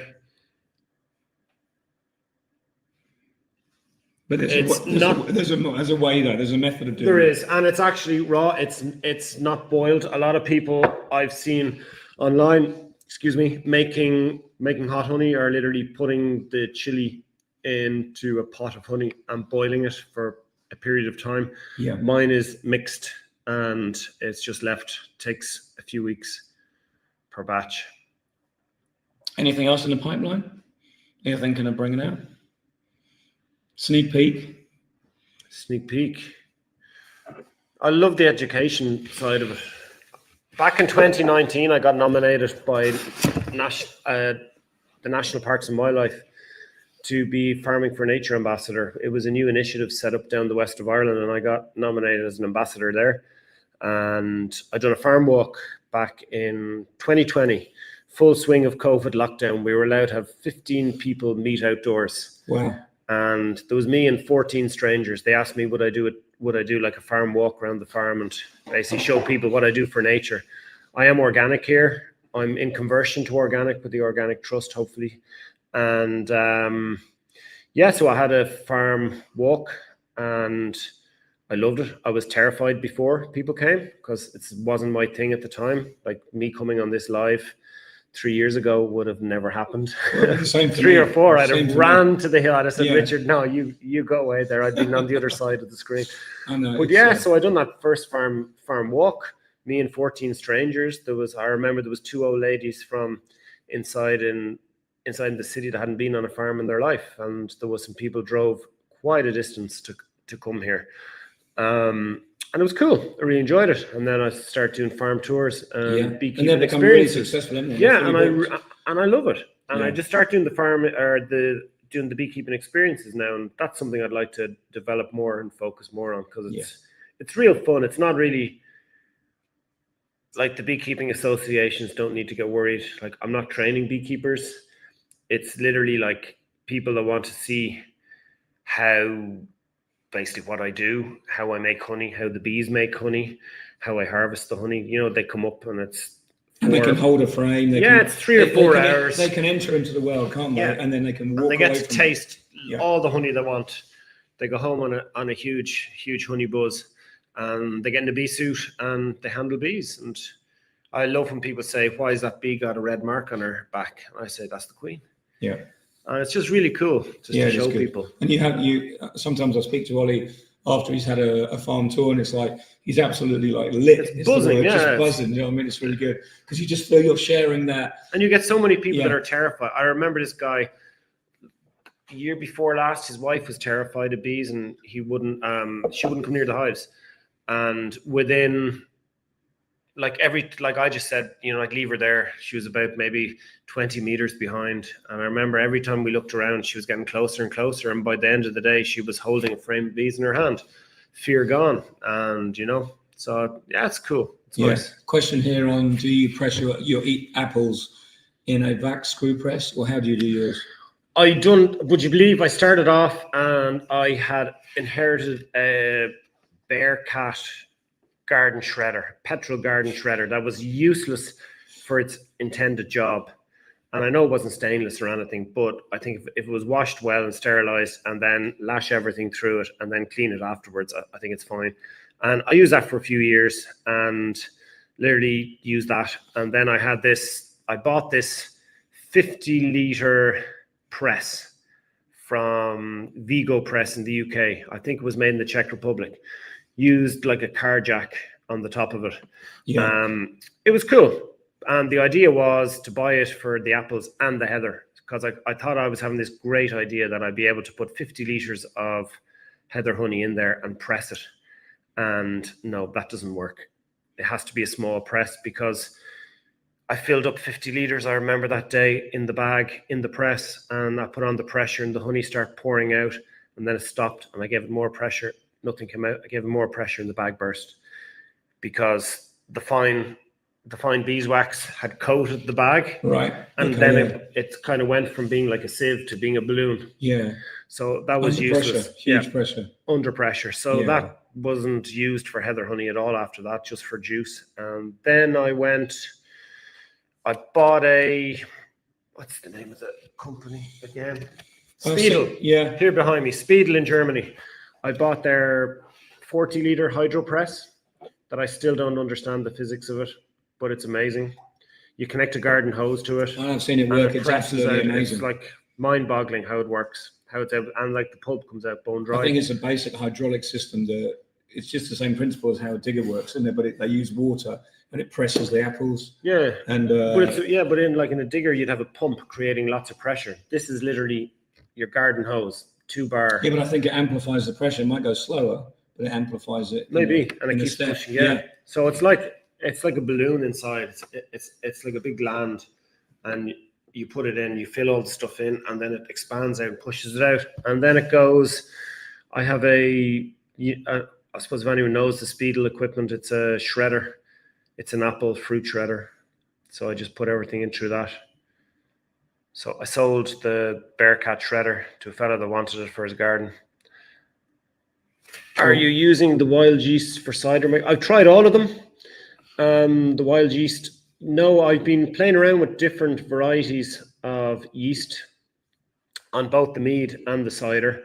I think SAF cider, SAF cider, is the one I used this year. They have 2 or 3 different ones, and depending on the yeast you use, brings out a different characteristic in the apples. So they're I just love experimenting. So I'm happy with the cider that we have now. I'll drink to that. We were on a mission actually to see could we finish a keg, 19 litres. A keg was it 56 pints? Or 38 pints. Yeah. We finished it last night. Yeah, but I've been here for 2 weeks, and I've actually got an extra day because my ferry has been ferry cancelled. from Rosslare to Cherbourg has been cancelled tomorrow night because of industrial action. The French are at it again. Yeah, the French are at it again. God, who live in France? So I don't know how you can live here. So we've got an extra night, but I'm actually going back now Thursday afternoon. And I get back Friday morning, which is good because I leave for Thursday afternoon. It's actually a 15-hour crossing the boat, but it's going to be calm. Yay! No wind, so I'll be on my computer doing lots of work because there's loads to do. So good time. We'll keep just looking if anyone's got any questions. Evening, gents. So it's always interesting for a chat. Thanks. Richard, a question for Ollie. Do you or are you interested in queen rearing? I love it. Like grafting is. One we just done, yeah. Oh, have we done that yet? Grafting is like fantastic. Is this That's Richard there. Okay. Yeah. So yeah, Richard. Yeah, love grafting. Just like basically breeding from the best, you know. Yeah. If I see a nice hive during the summer, I take her home and swap her out and keep her in the home apiary. But on the home apiary topic, it's probably my worst looked after. Because you always the most neglected. Drive off and look after the other ones first. Yeah, it's crazy. Like it's like you see them every day. So you see all the bees there every day, and they look fine. But you don't. I don't know. It's just like you would think that the hives in like here on the farm would be the most looked after. It's like I get to them tomorrow. I'm coming home after doing a load of bees, and I go, it's no time now. I'll do them tomorrow, and then it's the day after, and they look fine because but yeah. So very quickly before we answer the next question about bottling your own, how do you bottle? Very quick, how do you make up your own queens? What method do you use? Do you use like a queenless starter? Yeah. Does it work for you? Yeah. So I suppose my whole. God, I got to go back a bit. So like I start off in the spring, basically equalizing. I'm a fan of equalizing. I like to take from the strong colonies and give to the weak ones in an apiary. I know that can be frowned upon because of brood diseases and moving things around. I think I'm fairly up on my diseases at this stage. I'm always very vigilant, but like some colonies just don't have the threshold of bees coming out of winter to just kickstart that queen, you know, and, you know, maybe they went into the winter a little bit smaller than they should have been. So, you know, it's not always down to, you know, something wrong with the colony. It's just, they just don't have that number of bees, that core number they need to kickstart them. So, you know, by me giving them a frame of bees and brood, just gives them that boost that they literally explode. We call them, was it bombs? Yeah, brood bombs. Brood bombs, yeah. So I like to start equalizing, and I do that in every apiary. I like to walk into an apiary, and no matter what hive I open, it's like roughly they're all the same size. It's part of my swarm control as well. So, you know, there's no point putting a 2 or 3 frame colony of bees on a flight board because they won't really do anything, you know. So it's just about basically equalizing the hives all the way through. But then you get to a point in the year where you can't equalize anymore, and that's when I start.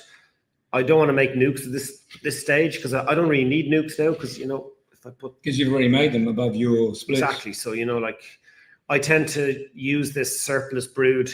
So when I'm going around and I can't equalize anymore, I literally bring nukes with me and I make up strong nukes and bring them home, and I condense them down into a starter colony and leave it a few days till it's hopelessly queenless, as Richard says in his videos.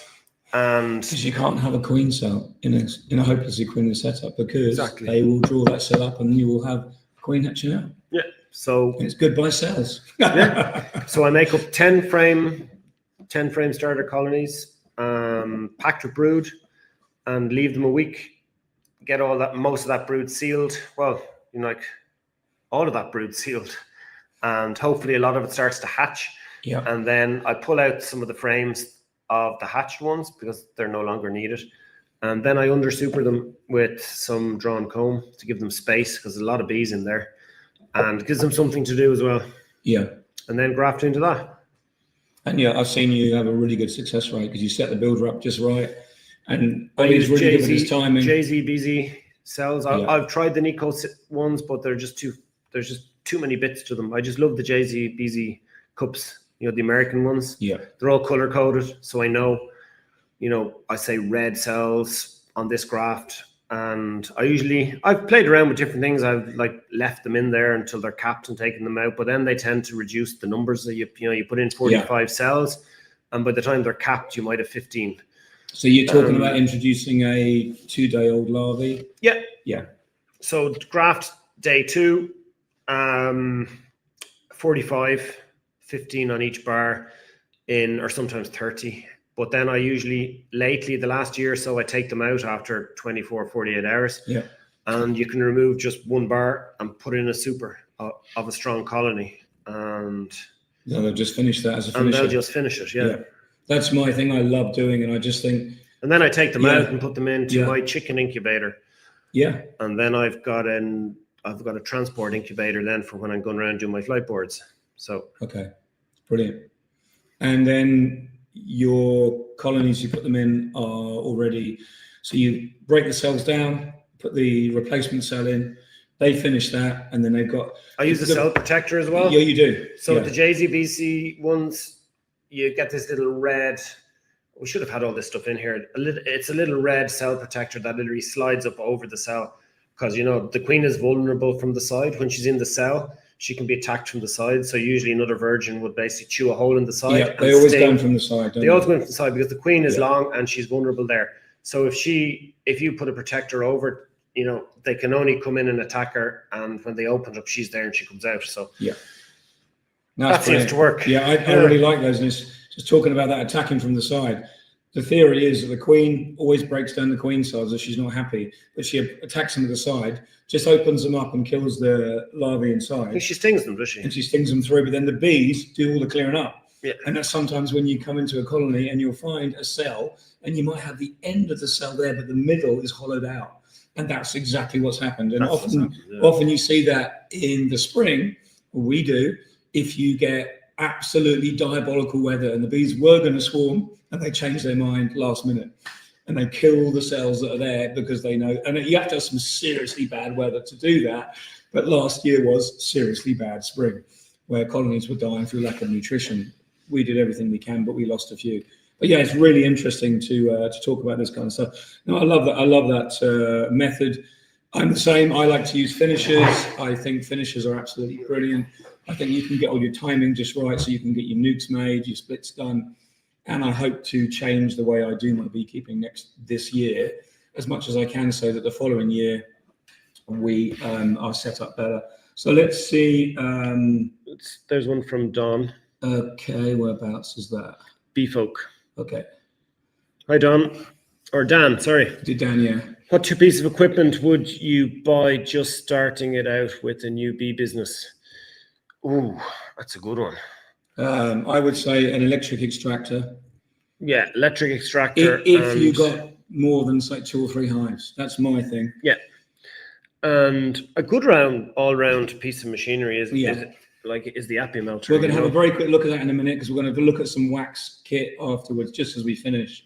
But Appia melter, I haven't got one.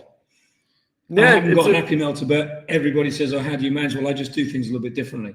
But yeah, it's a pretty cool piece of machinery, because you can use it for melting down frames. Yeah, melting frames, getting back honey.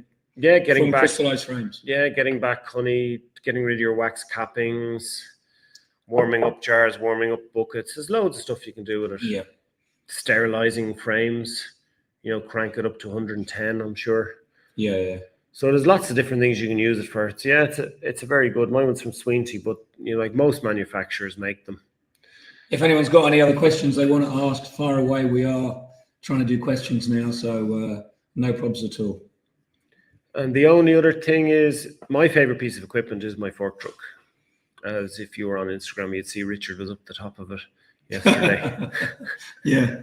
Come over for a holiday, they said. I left him up there for a while. Yeah. I was wearing a harness. You were wearing a harness. It was actually, believe it or not, up there was a lot higher when you get up there than when you're 3.6 meters. Yeah, it looks nothing, but Ollie's got, like me, got cameras around the place, and every now and again they need maintenance. And when you've got 2 people, it's so much quicker easier to get them fixed and do. We had corrosion of the cables. All we had to do was bring the camera down, crimp the wires and do it. But it's just, you need 2 of you. And when you've got 2 of you, you fix everything. It's a doddle. It's very easy. Yeah. So why don't we have a little look at this? We'll just do something last. Yeah, it's just the last. And then we'll do a round. If anyone wants to post any questions, turn there now and then. But we're going to quick look at the Appia melter's got a lot of stuff on it, so you can't quite see it, but I'll show you the Appia melter as it is. And we can show you, Ollie's got a wax melter from Lyson, which is a wax melting pot. It's a small one that I got the idea for this off of Van Harrod. Yeah. And Griff over in Wales. This is the one they use, and it's great. It's good for using clean beeswax in it. Yeah. So that's what you do when your wax is clean. This is literally ready for making your candles. Yeah. I'll bring the computer around. So it's probably easier to see. So this is your straightforward Appia melter. It's like on legs. Everyone knows what these are. Who has one? There's a lot of them around. We're just using this as a power pack stand at the moment. That's the front entrance where you can put your frames in and everything else you need. And out the bottom comes liquid wax or honey or whatever you melt it down to do. Again, back to the wax melter. So we have a clarifier from Logar. That's why I keep forgetting this. It's twin walled, so it has a water tank inside it, but it's also insulated. Yeah, that's your insulation. Sorry to interrupt, Ollie. That's the insulation there. So inside, at the moment, Ollie's allowed the wax to cool. It's a big block of wax because it was we weren't ready to put it into molds. But it's full, yeah. Yeah, it's full. But the theory is the bottom tap is where your dirty water and bits of sediment come out. Yep. And this tap is where So I think the idea is you fill it up with all your wax cappings, brood combs, everything like that.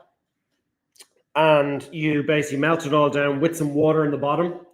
And the idea is that you open this tap, and when you start to see clean wax coming out of this, you close this, And just because there's a little bit of height difference, it means that all the wax above this tap will be spotless clean. And then you can put it into your small little, I don't know where they are. I use the small little soup. You know the little containers you buy the soup from the supermarket? I'm going to be using those baking, those cake tins. But whatever you do, there's various methods you can put them into. Yeah, because the reason I wanted them was, there's no point doing massive big blocks because then they don't fit in the melter and they take a long time to melt. So once you have it cleaned, it can go into this one here. So this is your licensed double-walled wax melter, but it's ready for melting down clean wax. So you clean blocks. Yeah. And then you can pour it out into your pot, ready to go to make all your candles, different things. into your molds, your beeswax blocks, tea lights, Santa, a few Santas left over. Yeah. Excellent. So let me just say about these two. This is the Logar model, and the Logar does come it's double walled, so that's your double wall there. So that you fill with this liquid they sell you as well, blah blah blah. But I use water. This one actually you can use distilled water. This one actually comes with insulation. But if you wanted to put the oil in that they can sell you, you can then sterilize your wax as well. You can heat it up to 120 degrees. But then you don't have the water in it, obviously, because the water will disappear off and vaporize. So you can sterilize wax in this one. Now, I'm not selling this for Carl Fritz, but there's basically two types of very similar machine. There's one made by Logar and one made by Carl Fritz. I preferred this one purely because it was insulated as well. Yeah, and I'm going to further insulate it with the insulation of the tank. Every bit helps, doesn't it? Yeah, it does. If you can just hold a bit more heat in to these machines these days, I feel that you're economizing and stopping it escaping into the room. And I just think it's a better thing. So then from there, you've got this just to keep your clean wax warm if you need it between. While you're using it with the molds. Yeah, excellent. Okay, brilliant.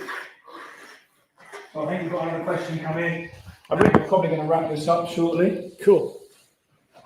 So the question was, Ollie, when you're doing your screen swarm prevention, let's have a look. What was that? Show.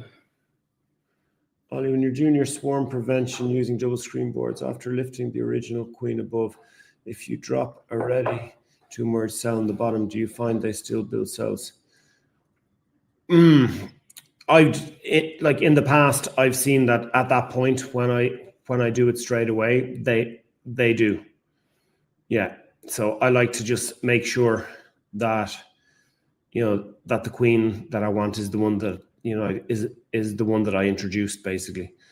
So sometimes with bad weather as well, all my queens hatch in the incubator. Just happens. You can't get to use them in time, and then I always mark them and I run them in the entrance. Normally, just let them run in. Excellent. Okay. But yeah, no. Question here. Where was it gone? Richard, there we go. What's the best thing you like about caging queens from my control? Everything I like about it. Okay. The only thing I don't like about it is the hard work.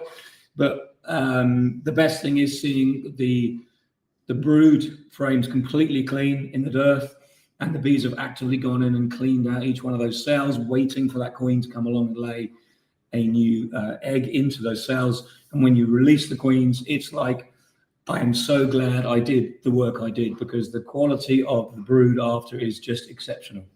And if anyone else wants to know about that, I'm going to post on my YouTube a copy of my talk I do on, it's called Caging Queens for Superior Brood Breaks. So I love that method. Question for you, Ollie, further down. What are your mite treatments through the year, Ollie? Mite treatments through the year? Yeah, I've tried them all over the years. I think the apivar strips are good if they're used correctly and left in for the correct amount of time. Also vaporizing them during the winter seems to be very effective. Yeah, in the natural brood rate we get. The natural brood See, rate Ollie is a little bit further north from me. By how many clicks, how many degrees we so worked it out? I can't remember now. But it's quite a substantial difference. It is, yeah. And I was a little bit colder. a little bit colder, but I was so surprised on Sunday when we went through the farm hives here that there was literally virtually no cap brood in any hive. It was all just eggs and larvae. Yeah. So they're only just coming back in now. And normally we'd be told, by the first week of January, the queens will be back in lay. But this year, no. Well, last year, to give you some comparison, I mentioned this at the beekeeping show. I was chatting to some other people that, interestingly enough, I think that this year we are but last week we were literally 10 degrees colder than we were the year before, and it's a substantial amount. It really I'm sure it affects colony growth. I'm sure that the queens must be thinking, this is like crazy to imagine you're a queen, but there's nothing coming in and it's still blinking cold. I'm sure she's just going to hang in there. Whereas if you had like 15, 18 degrees and there's hazel pollen coming in, which Ollie gets here because the hazel is coming out as well, the queens are going to go, right, let's go for it. But if you have a mild winter, they seem to continue that maintenance lay, don't they? Right through. Yeah, right through. And they say that after there's one guy who's done a video, I can't remember the name, but it's a really interesting video talking about how much brood is in the colony over all your colonies over the winter, and the most broodless period in a natural cycle of the colonies would be probably end of November.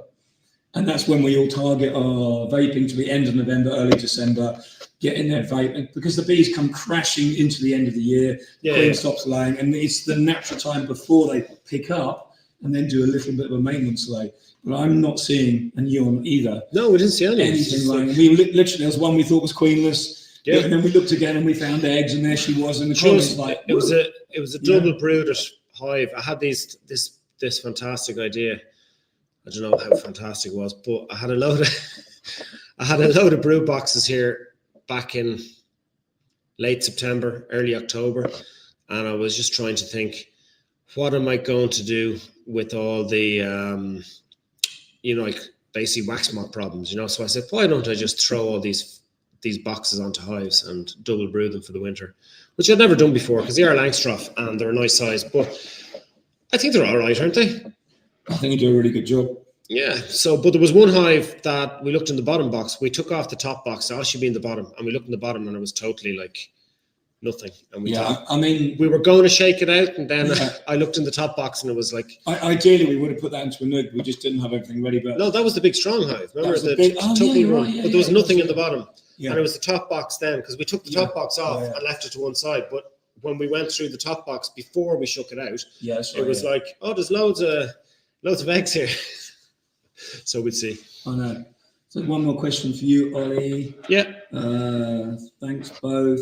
Is there any steps to your honey processing that help delay crystallization in the jar? Yeah, 100%. Keeping it at a constant temperature. Be it. I think my experience from shops, especially, I've noticed from shops that the honey that crystallizes the fastest is where they're warm during the day and cold at night, where like they have basically heat on the shop during the day and at night it gets cold, especially in winter. Whereas if the shops that are sort of kind of kept like a nice, low ambient temperature, like what, 16, 17 degrees, the honey is the slowest to crystallize. There's no doubt. If you're extracting rapeseed in a garage and it's hot when you start, and then you go cold, hot in the day and in the night, because you turn your heater off. Yeah, and that's just how it is when you're an amateur and you haven't got the setup that we have here, for example. You can keep the temperature constant. You will come in the next morning and the sump or whatever bucket you use or whatever you drain your honey into will already start going off because of the variables in temperature.